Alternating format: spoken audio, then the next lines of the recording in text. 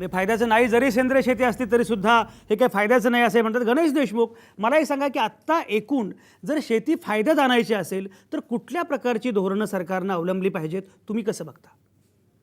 मुळात माझ्यासारखा जो शेतकरी आहे, तरुण शेतकऱ्याला आपल्या शेतीकडे जर आकर्षित करायचं असेल तर त्याला त्याच्या उत्पादित मालाला हमीभाव मिळालाच पाहिजे. मुळात आपण आज युरियावर बोलतोय, हा विषय जरी युरियाचा असला तरी त्याच्या अनुषंगाने आपण त्या प्रोडक्शन कॉस्टच्या बाबतीत बोललंच पाहिजे. आज नॅचरली आम्ही युरिया आज 284 रुपये म्हणजे आमच्या घरात येईपर्यंत आज 310 रुपयाला पडतोय, त्याची हमाली, त्याचं टेम्पो भाडा वगैरे वगैरे. हे सगळं करत असताना युरियाचं नियंत्रण मुक्त झाला तर आज काही कंपन्यांची माझ्याकडे आकडेवारी अशी आहे की 8,484 रुपये पर मेट्रिक टन एवढं त्यांना अनुदान आज मिळतं आहे. हे जर अनुदान जर काढलं गेलं तर म्हणजे 8.5 रुपये साधारणतः आपण युरियाच्या किमती वाढणार. आणि ह्या सतत आज पेट्रोलियम किमती जरी कमी असल्या तरी भविष्यामध्ये ह्या युरियाच्या किमती प्रचंड वाढणार आहेत, याच्यावर कोणालाही शंका असण्याचं कारण नाही. मग अशा परिस्थितीमध्ये जर का आमच्या सगळ्या कृषी निविष्ठा वाढणार असतील, मुळात शेतकऱ्यांना किंवा कृषी विद्यापीठांना ह्या गोष्टी मान्यच होणार नाही की कृषी निविष्ठांचे दर अनियंत्रित असणं आणि भरमसाठ प्रमाणात वाढणं. तर त्यामुळे शेतकरी हा कोंडीत सापडणार आहे. शेतीकडे मुळात माझ्यासारख्या तरुणांनी आकर्षित करायचं असेल तर तुम्हाला त्यांना मदत केली पाहिजे. अशा प्रकारे त्यांचे जर पाय तुम्ही खेचणार असाल तर शेतीकडे येणाऱ्या तरुणांचा ओघ कमी होणार आहे. आणि आज झालेलं आहे, आम्ही बघतोय. आम्हाला पाराकोटीचे प्रयत्न करावे लागतात की शेतकऱ्यांना, ह्या तरुणांना शेतीकडे आणण्यासाठी. आम्ही वेगवेगळे प्रयोग करतो, वेगवेगळे उत्पादन वाढ करतो आणि आम्ही त्यांना पटवून देतो की बाबा रे, अमुक अमुक रुपये, अमुक अमुक लाख रुपये तुम्हाला शेतीमधून मिळू शकतात, तुम्ही या शेती काढा, शेती आपण करूया, शेती विकू नका.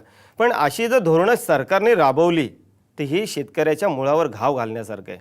आज हा युरियाचा प्रश्न आला आणि अनेक खतांचे विषय आहेत, बियाण्याचे विषय आहेत, याच्यामध्ये अनियंत्रित कारभार चालू आहे. याच्यावर कुठेतरी शासनाने गंभीरपणे दखल घेण्याची गरज आहे. आणि मला असं वाटतं की युरिया नक्की, मी सेंद्रिय शेतीचाही पुरस्कर्ता आहे. मला वाटतं की मी माझ्या देशातल्या नागरिकांना चांगलं अन्न दिलं पाहिजे, मी स्वतः चांगलं खाल्लं पाहिजे आणि सगळ्यांनी, ही माझी सामाजिक बांधिलकी आहे. पण मी माझ्या एकट्या शेतकऱ्याची आहे का? ही शासनाची नाही का? समाजाची नाही का? आज शेतकऱ्याच्या टोमॅटोला आजचे जर दर पाहिले तर 30 ते 40 रुपये दर मिळतात, कारण का शेती ही पूर्ण आता नामशेष झाली. ह्या वर्षाचं पीक गेलं थंडीमुळे आणि पावसामुळे.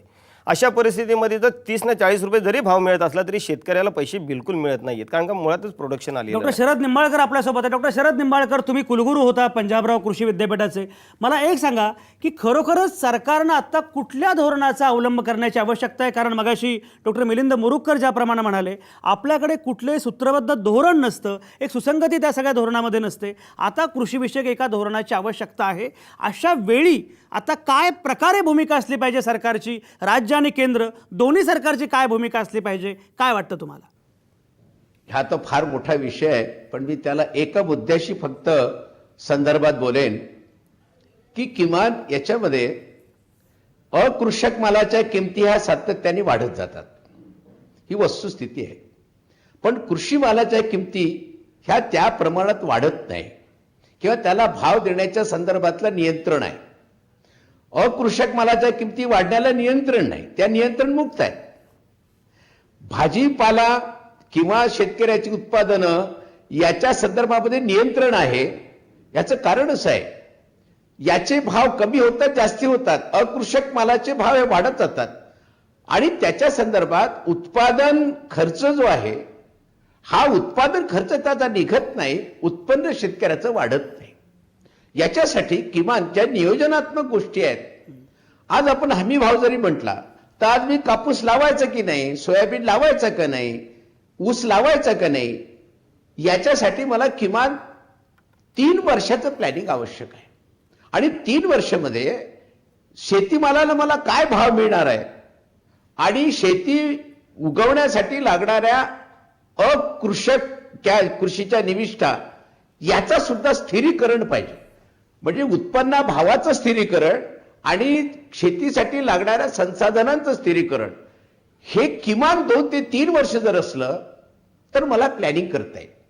म्हणजे माझा खर्च मी कुठं कमी करायचा, कोणत्या ठिकाणी युरिया वापरायचा की नाही, किती वापरायचा, कोणत्या पद्धतीने मी माझे खर्च कमी करायचे, कोण्या मालाला भाव आहे आणि कुठे माझं उत्पन्न वाढेल. आज ज्या आत्महत्या वाढतात आहे याचं कारण उत्पादन वाढत आहे. शरद पवारांना त्याचं श्रेय आहे, खूप मोठ्या प्रमाणात उत्पादन वाढलेलं आहे, आपण निर्यात करतो, परंतु एकीकडे आत्महत्या होतात आहे. याचं कारण असं आहे की उत्पादन खर्च हा वाढताय आणि उत्पादनही वाढताय, परंतु उत्पन्न वाढत नाही.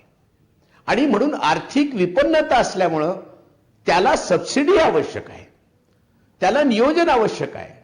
त्याला 3 वर्षाचं नियोजन किमान असल्याशिवाय ही परिस्थिती सुधारणार नाही. नियोजन म्हणजे आवश्यक आहे त्याला- डॉक्टर निंबाळकर, बरोबर.